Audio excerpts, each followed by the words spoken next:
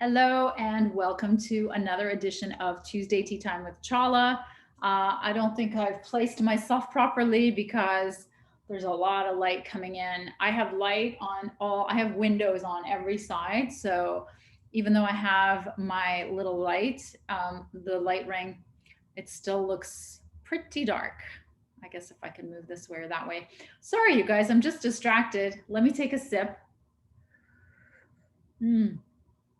This is so needed. It's like cold here today. I don't know. We're in Toronto and all of a sudden it's cold. And I got all dressed up for a conference that I was speaking at, an event that I was speaking at just half an hour ago. And it went great.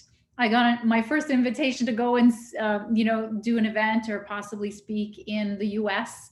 And I have to go check my passport to see if my work visa has expired yet.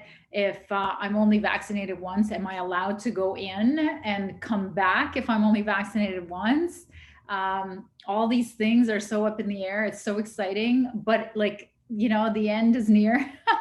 Not that I don't enjoy doing these or, I'm really rocking it in the business. I'm so proud to say that after a really scary time, as you all know, in the business because the borders closed and I didn't have any really means of selling other than conferences. I was able to port all of my funnels online.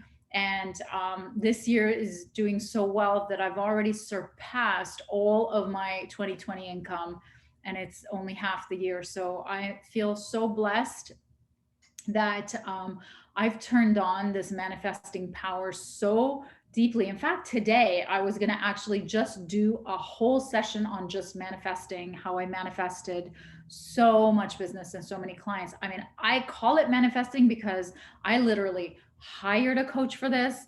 And this is like 3 years ago, and I've been working with her. I literally spend most of my free time reading and listening and learning about this whole manifestation business. And whether you call it spiritual or whatever, it works. It works really well. And so I am just feel so blessed. So thank you everyone for, if you're watching me, supporting me. I'm just, yeah. One day though, I promise I do want to do, I kind of did dedicate one of these tea times to the focus wheel. Do you guys remember the Abraham focus wheel? So that's part of what I've been using. That's part of what I've been doing. So let me get to the actual title. The topic today is something related to marketing. I'm sorry. It is the 5 niching lies. You know that niching is my life. That's all I believe in. I believe that it makes businesses grow faster.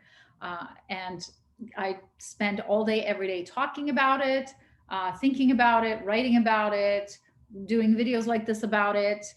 And I'm teaching it in the conferences like just today that I spoke at. That's all I'm speaking about. So I run into so many niching lies, and people tell themselves niching lies. So I just want to debunk them for once and for all. And if you've heard all of this, it's just a good refresher. And if you're a relatively new business, you really need to hear this. Even if you're an experienced business owner, you still need to hear this, because sometimes you need to re-niche, you need to pivot, you need to look at your niche, and there are better niches out there. So these are the lies that you need to stop telling yourself, because they are keeping you small. They're keeping you from growing. And research after research proves that niching is the fastest way to grow a business. But if you're still resisting, here are 5 reasons that you could still be resisting. So the first is called the FOMO, which is the fear of missing out. Now, the fear of missing out is, what if I just pick women to concentrate on and to target my marketing at? What about the rest of the 50% of the population? That's called fear of missing out. And because you're so afraid to choose the wrong target, you choose none, and you try to have an offering that's for everyone. And you may choose not to target by gender. You may choose to target by, what I like to do is target by industry or interest group. But you have to choose a target, and you have to be okay with the fear of missing out, because the truth of it is, when you're trying not to miss out on anyone, you're missing out on everyone. So the number two niching lie that I've heard is I niche by function. So in my opinion, niching by function is not really niching at all, because uh, that function exists in every industry. So for example, I have clients who want to niche by HR. I I can't message to that, because it's not all equal. So an HR manager and a trucking company is every day bleeding out because there is such high turnover with the truckers and the drivers that are leaving, versus an HR manager in a library. Like there is a huge world of difference. So I think it's a niching lie to say that you're niched if you're targeting by function. So that's hugely contentious, you guys, but I'm willing to stand behind it. And I've changed clients' businesses by changing this. Number three niching lie is I'm not going to niche because it can tank. Yes, that's true. And if you have the bandwidth and the capacity, you can sustain more than one niche at a time if you have enough salespeople, enough marketing dollars, enough marketing funnels to sustain more than one niche. That's fine. But at our size, you have to niche one at a time. And if you do your due diligence and do the market research to figure out your niche, which is what I teach, then that niche should be viable. It should be deep and wide. It should be long enough and big enough and not on the bubble and not in any danger of being able to sustain you with a living, with enough clients always who need you in that niche. So the fact that a niche can tank, yes, that's true, but you can mitigate it by doing proper strategic niche searching and finding that out from the market. You guys, I've talked so much today. I just did the education. I had calls since this morning. Honestly, I've been fused to my chair. And now I'm going to have another call right after this. So stay tuned. Okay, I'm back to I have to take like commercial breaks. All right. Number four of the niching lies is I can do everything for everyone. Of course, when you say that, that's not really a niche, is it? So again, a niching lie is that you don't have to niche.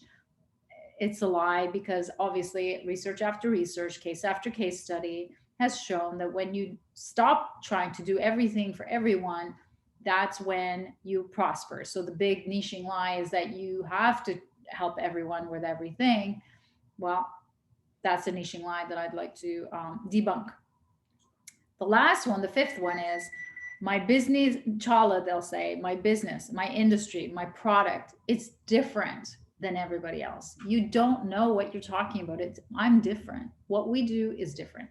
And it has been my experience that if somebody thinks that, they don't understand niching, they don't understand the power of niching, they don't understand how to niche, and they don't understand business strategy. So I'm completely in disagreement with the fact that your business, industry, or product. I have never seen a B2B, B2C, um, um, product based, service based, brick and mortar based. It doesn't matter what kind of business, you need to niche it. And there are multiple forms of niching, and you can choose to niche just on who you target, or you could choose to niche just on what you do for them, or you could choose to niche just in one problem you solve for one industry or interest group. It doesn't matter. Any way you cut it, you have to niche. So I hope that was educational. I hope that was fun. I hope that was convincing. And I hope I will never hear another niching lie from you again. So if you are more interested, if you're interested in hearing more about niching, how to pick your niche, what your super niche could be that will grow your business much faster because it gives you direction, it gives you focus, it gives you relevance in front of your target, and it stops your message from blending in with everybody else, I urge you to join me in 2 days right here on this link in this room.